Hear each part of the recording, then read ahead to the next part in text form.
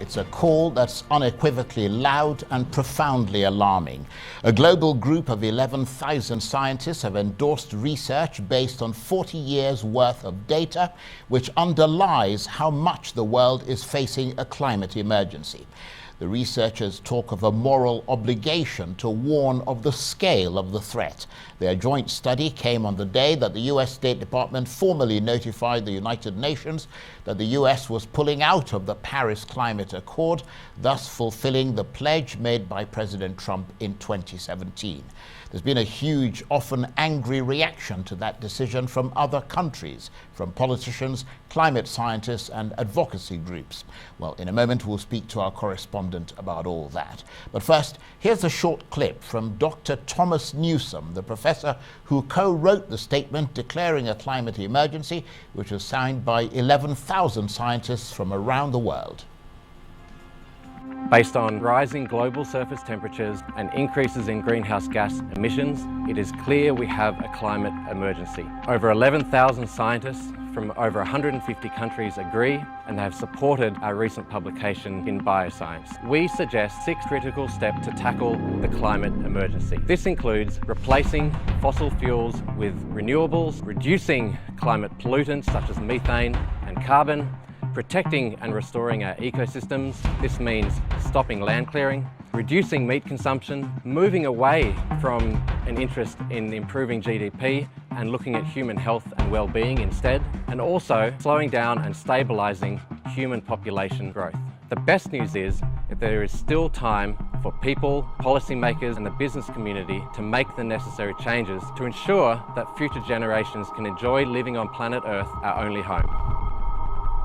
Well, to discuss this landmark scientific report and the international reaction to it, I'm joined now from our studios in Lagos by Arise correspondent Judita de Silva. Good to talk with you, Judita. So a call that's unequivocally loud and profoundly alarming. Just tell us a bit more about what that report actually says about climate change. So this report was penned by Professor William Ripple together with Professor Newsom, and he said that it was spurred on by him noticing the extreme weather events that have happened in recent years. But what you have to realize is that although this marks, it came out in the Journal of Bioscience, it marks the 40th anniversary of the first World Climate Conference in Geneva in 1979. But it's not the first time that scientists have come together to warn the world about the effects of pollution and overpopulation. Because in 1992, the World Scientists' Warning to Humanity was written. And then in 2017, Warning of Dangers of Pollution was released, and 15,000 scientists signed that as well. What this is telling the world about is that based on how we function, should we continue within 100 years, the temperature of the world is going to elevate to a point where the Earth will effectively become inhabitable by humans. And what they outline is they need to stop population growth. When you talk of population growth, think of somewhere like Nigeria. When I sat my common entrance exam, we were about 80 million. Now we're 119 million. Why does this affect the world so much? Each person breathes in oxygen and breathes out carbon dioxide. That contributes to carbon dioxide storing in heat. Heat then actually elevates the atmospheric temperature. When you do that, you have things that it adds to the overall temperature of the Earth. And if that escalates beyond a point, you get the polar ice caps melting. That falls into the ocean. That raises the level of the sea. And somewhere like Lagos, that is by the Atlantic Ocean, within 100 years could be submerged by water. In this report, they itemize all the things that it's not just your curtailing your CO2 emissions, it's absolutely everything, and I can list them for you. Stop population growth, leave fossil fuels in the ground, stop forest deconstruction, slash the consumption of meat because that creates animal waste, and slash the use of air transport. It's a very thorough but very extensive statement that they made, because it's not so much a warning like that's foreboding danger. They're saying that we're at a point where we can stop things getting any worse, because that's when you have the Paris Climate Accord that outlines that if you keep within 100 years the temperature under 1.5 degrees, it is sustainable by curtailing all the things that these scientists mention. If we do nothing, we run the risk of going over 4 degrees and more, in which case you have what they call hothouse Earth effect, in which the Earth becomes so hot, human beings can't live here anymore, and then you'll have massive global population loss. And I suppose the logical next question, Judita, is how well are the governments of the nearly 200 countries who've signed up to the Paris Climate Accord doing in terms of fulfilling their pledges to cut down on their emissions? I mean, can we be clear whether commitments are being met to put the world on a path of that 2 degrees Celsius target? See, it's a pastiche of responses, because everyone is unified in knowing that this situation, this crisis is not racially delineated. It is not by finances. It's not by socioeconomic strata. It affects all people equally, because it's about the human inhabitation of Earth as a planet. So, like, the majority of countries are all gung-ho about pledging to do more and improve and decrease their carbon footprint. But when you look at developing countries in the developing world, their pledges and their intentions may be good, but they don't have the technological infrastructure to actually effect them. When you look at countries in the developed world like China or America, we'll actually come to America in a moment, like China, they're pledging to take action. But when you think about it, they are a massive producing nation. And one of the greatest contributors to this effect of the increased temperature of the Earth is the ability for greenhouse gases. What are greenhouse gases? Greenhouse gases are water vapor, carbon dioxide, methane, nitrous oxide, and ozone. The greatest one we emit is carbon dioxide. This comes from human beings, this comes from industry, this comes from construction, it comes from your cars, it comes from the machinery in factories. China is such a massive country that produces a vast percentage of all the things we use. So even though their intentions might be good, they cannot actually effectively reduce their carbon footprint as much as they want to without shutting down the construction of most of the things that make our economies work. That it comes to a very important point, because one thing these 11,000 scientists co-signed on was this point. They said the economic motivation no longer can be GDP growth. Because when you think about it, there's an irrevocable and irrefutable animus between capitalism and nature.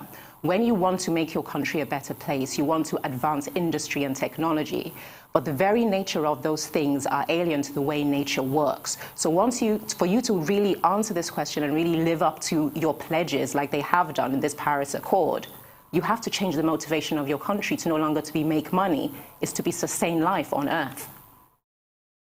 That's a very, very interesting observation. And of course, we already know that the United States will not meet that target of 2 degrees Celsius. We also, as you mentioned, can pretty much accurately guess that many developing countries will not meet their targets because they don't have the financial and technical assistance needed to do that. And so it looks like the world is inevitably heading for an increase in the global temperature of 3 to 4 degrees by the end of the century. I know you touched briefly on this, but what sort of effect could that have?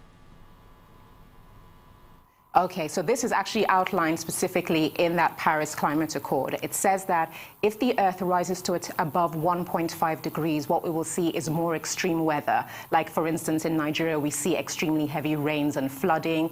Like, think of the California wildfires, you will see more of things like that. If it raises above 2 degrees, what you will see is the melting of the polar ice caps, in which cases all the wildlife that lives around the ice caps would die. The ice caps would melt into the ocean, and the sea level would rise, causing extreme flooding. And all this ocean border, the coastline cities, like you have Lagos, places like Haiti and stuff like that, would be submerged in water by that time. If you do absolutely nothing, we would see that 3 to 4 and even more degrees rise in the global temperature, in which case you would have the hothouse Earth effect. And then at that point, 4 degrees is basically X marks the spot. If we hit 4 degrees, it's the point of no return, at which point the proliferation of heating up of the planet will carry on at an exponential rate. Human beings will no longer be able to live on Earth, and you will have a massive global population loss. And of course, we are already seeing the effects. I mean, there's been, according to scientists, an increase of 1 degree over the last 100 years, which is causing the melting of the ice sheets, a rise in sea levels, biodiversity being adversely affected all over the world, migration and reproduction patterns of birds and animals being changed, not to mention food security and water security. Yes, because that point that you made is really important about migration. Because what happens is that, let's say, for instance, let's think bleakly. Lagos is submerged. The population migrates to the next closest town or city, and then what you have is a rapid increase in population. Rapid increase in population proliferates the ecological degeneration of that town, and the same thing happens again. That town decays, and then you have migration again.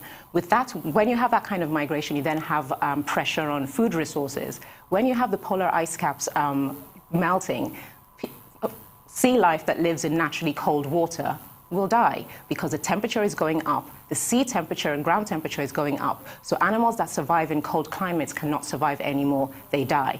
Every single kind of living organism works within a cycle. If you kill one, as they say, nature abhors a vacuum. Once you have a vacuum, you have a destabilization of the ecosystem, the others will die. So what you're setting in motion is once you kill something now or you deconstruct something now, all the things that depend on it will die in turn. And the last people to suffer most will be humans. And of course, Judita, of those humans, poor people around the world will be most affected. Nevertheless, it is reasonable to assume that everybody in the world will be affected in one way or another. And we've got about 20 seconds.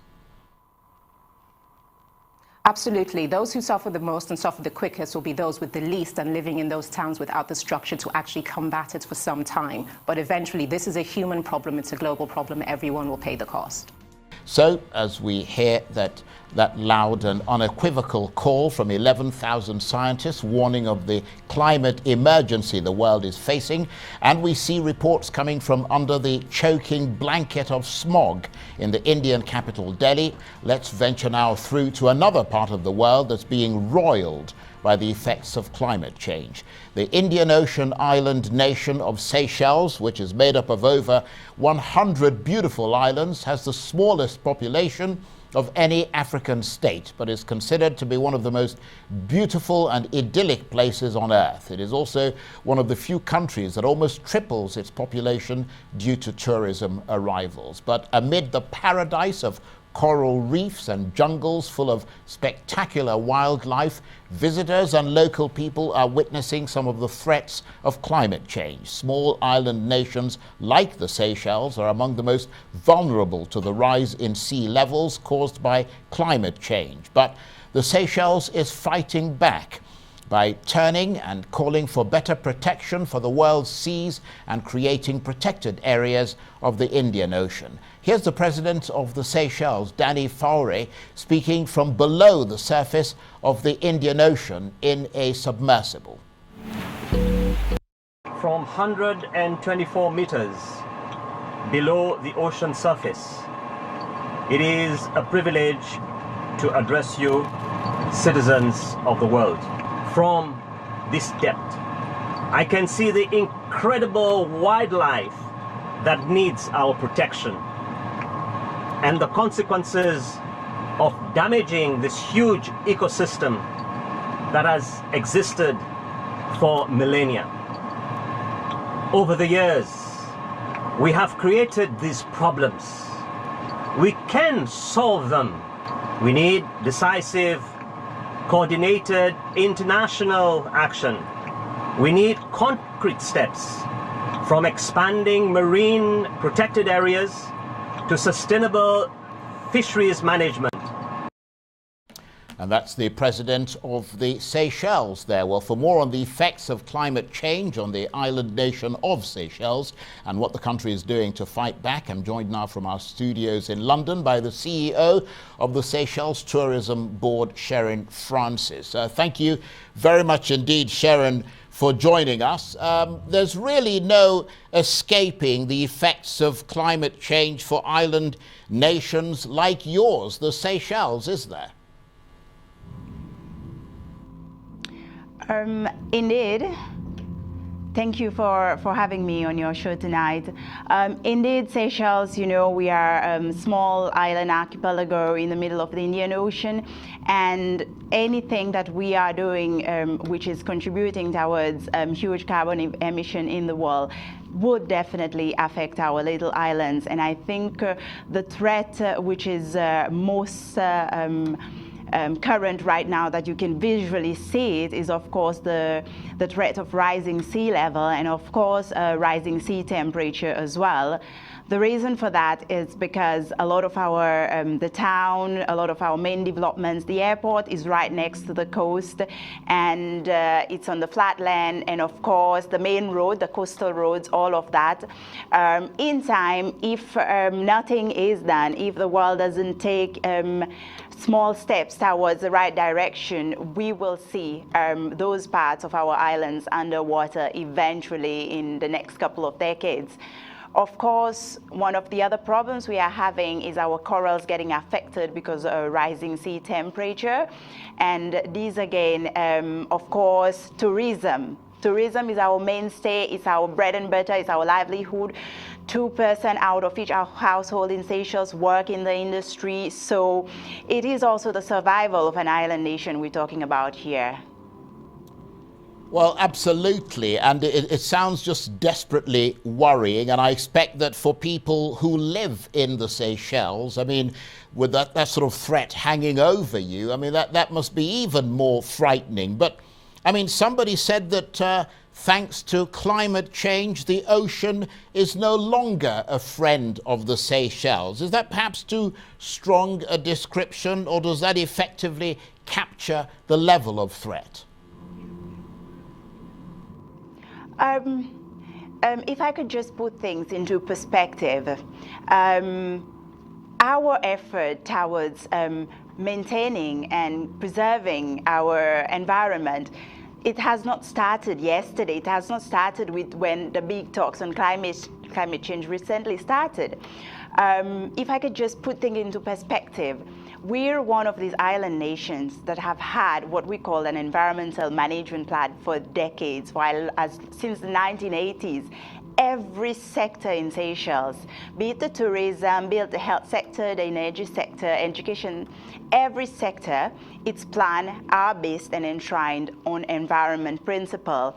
Environment is actually the base, the cornerstone of the tourism industry as well, and which has made that over time there has been a lot of development which have taken into environment into close consideration. For example, one of the achievements of the country is the fact that 50%, a little bit over 50% of our land territory is actually protected, and it is under nature conservation. So that this did not happen yesterday. It happens over decades and decades of work and effort and good governments and policies from the side of the government, the leadership in Seychelles.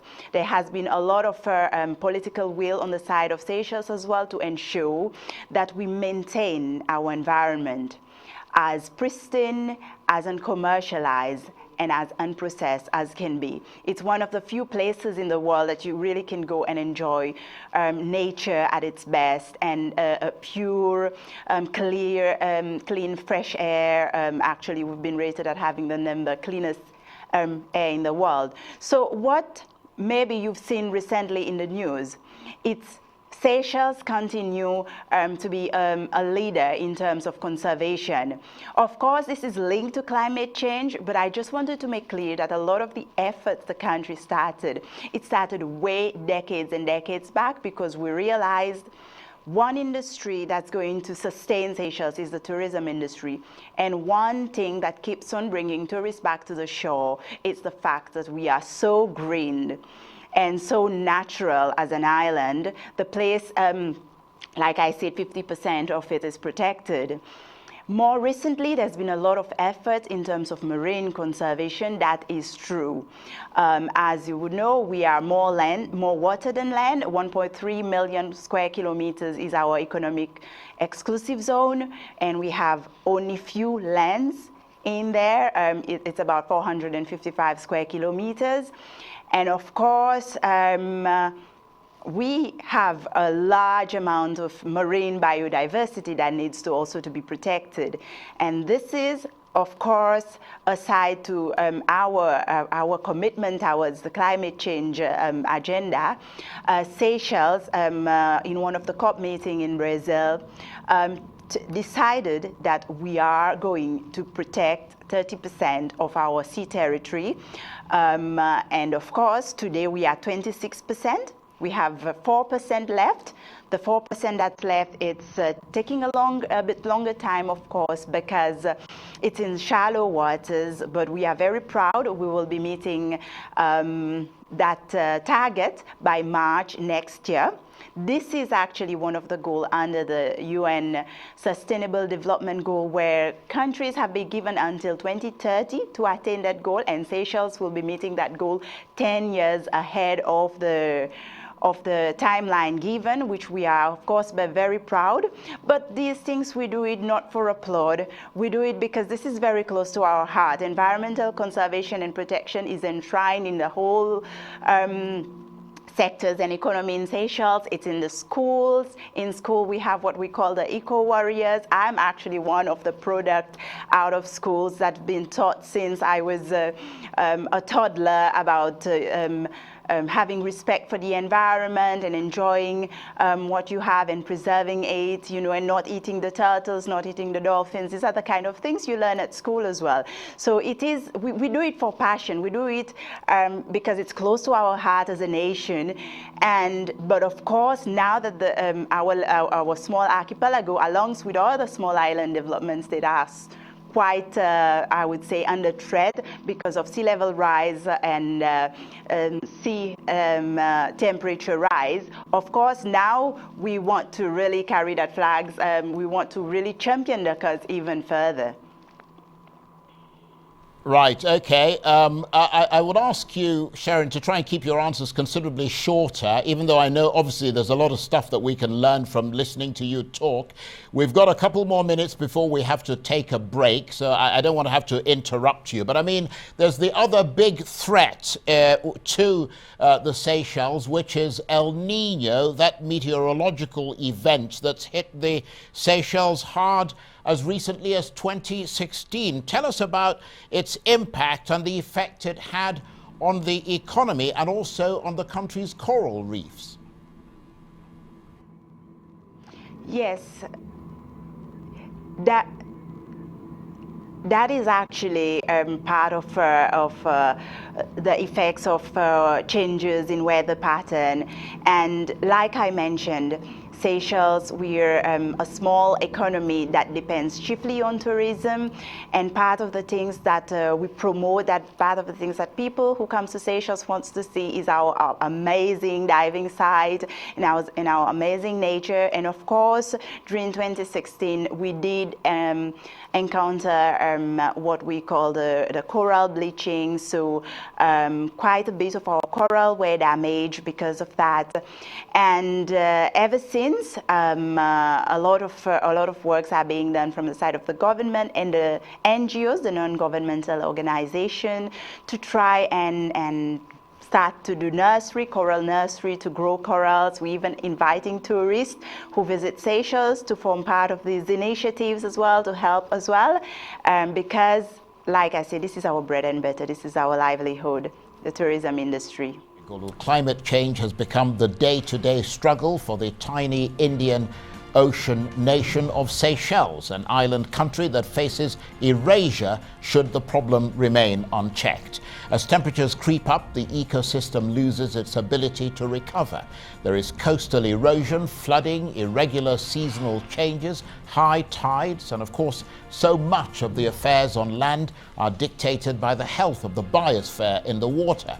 Seychelles is particularly susceptible to rising seas. Many islands in the 115-strong archipelago are low-lying elevated reefs. Of the archipelago's combined land area, roughly 2.5 times the size of Washington, D.C., 16.4% is less than 16 feet above sea level.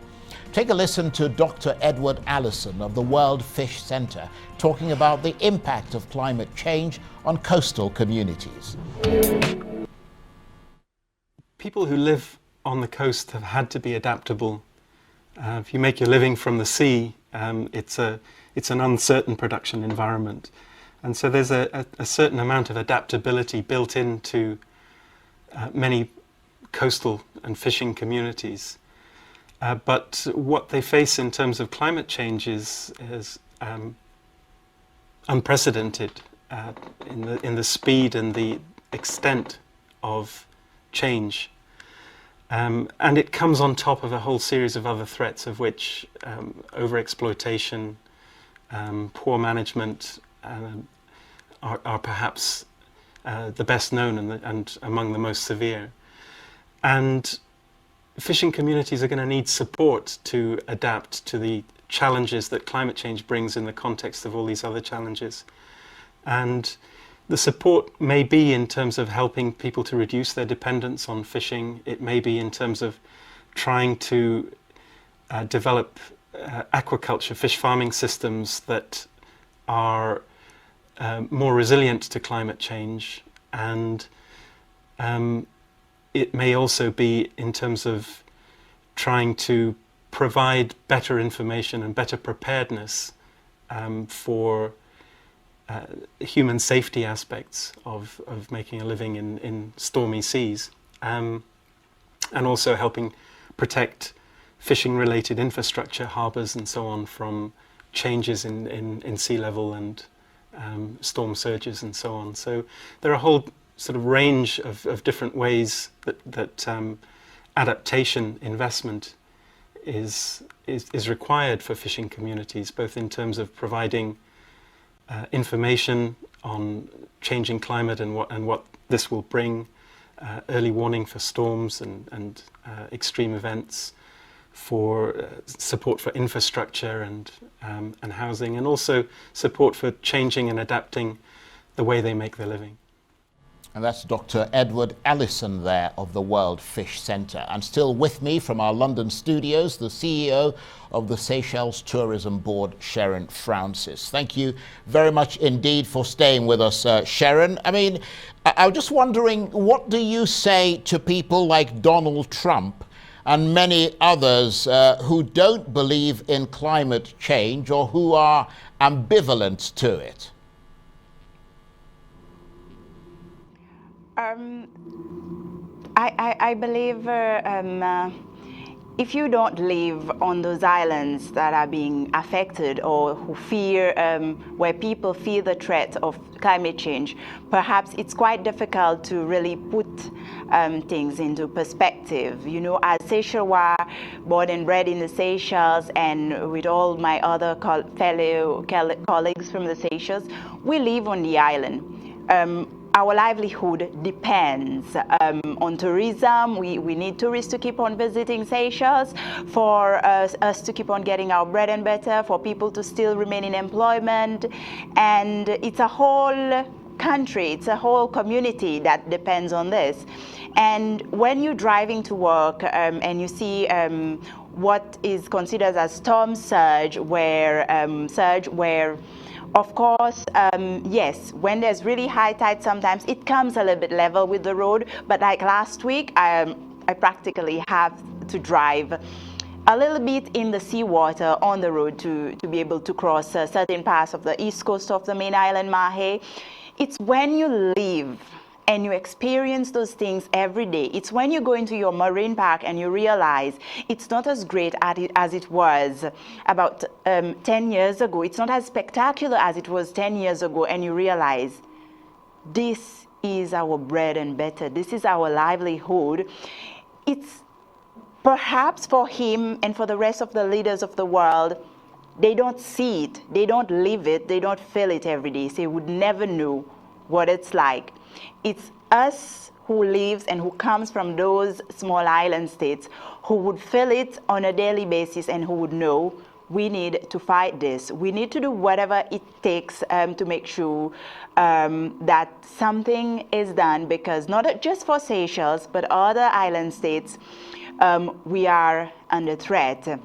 So my message is perhaps to the leaders: leave your beautiful country and visit other beautiful islands more often to realize and talk to the people and realize, you know, we are all citizens of the world. No, we're a global village.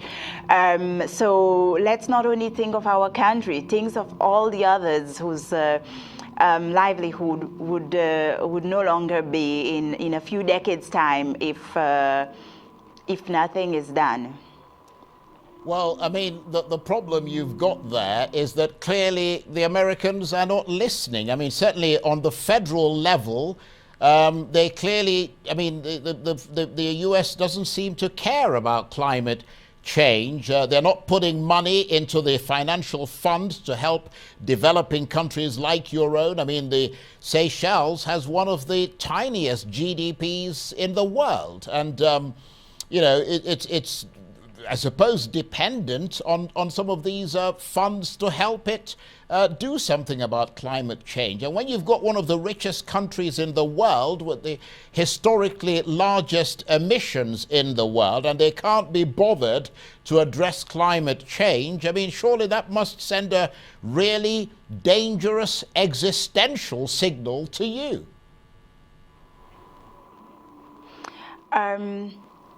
It is true. It is really a sad state of affair, and we truly hope that Seychelles, being one of the countries that actually is quite active in all those climate change forums and meetings, and our president, like you have shown earlier, he even made a pledge under the sea, and he's the one championing and carrying the flag for Seychelles in all of those forums.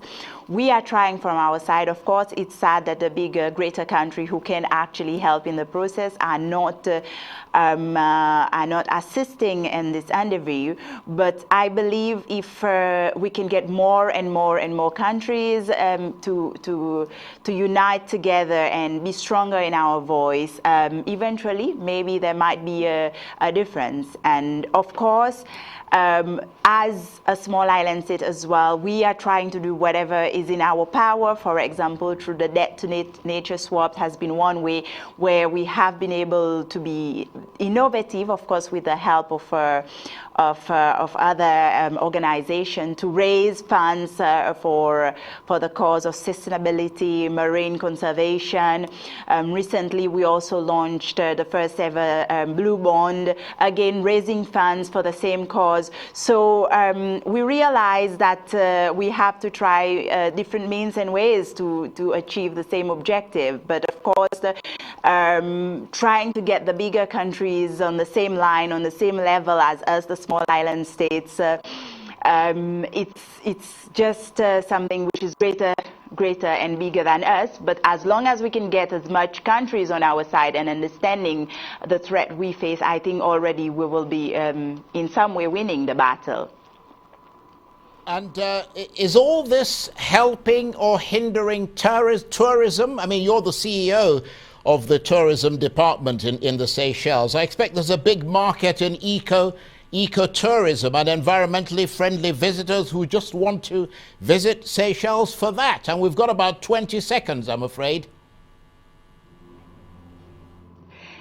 Actually, we want every tourist coming to Seychelles to participate in the cause, you know, be it in a turtle tagging project, in an ocean beach cleanup project, or in a plant your own coral project. We want you to participate whenever you visit Seychelles, because we want you to be our ambassadors and go back and tell the rest of the world about the good things we are doing.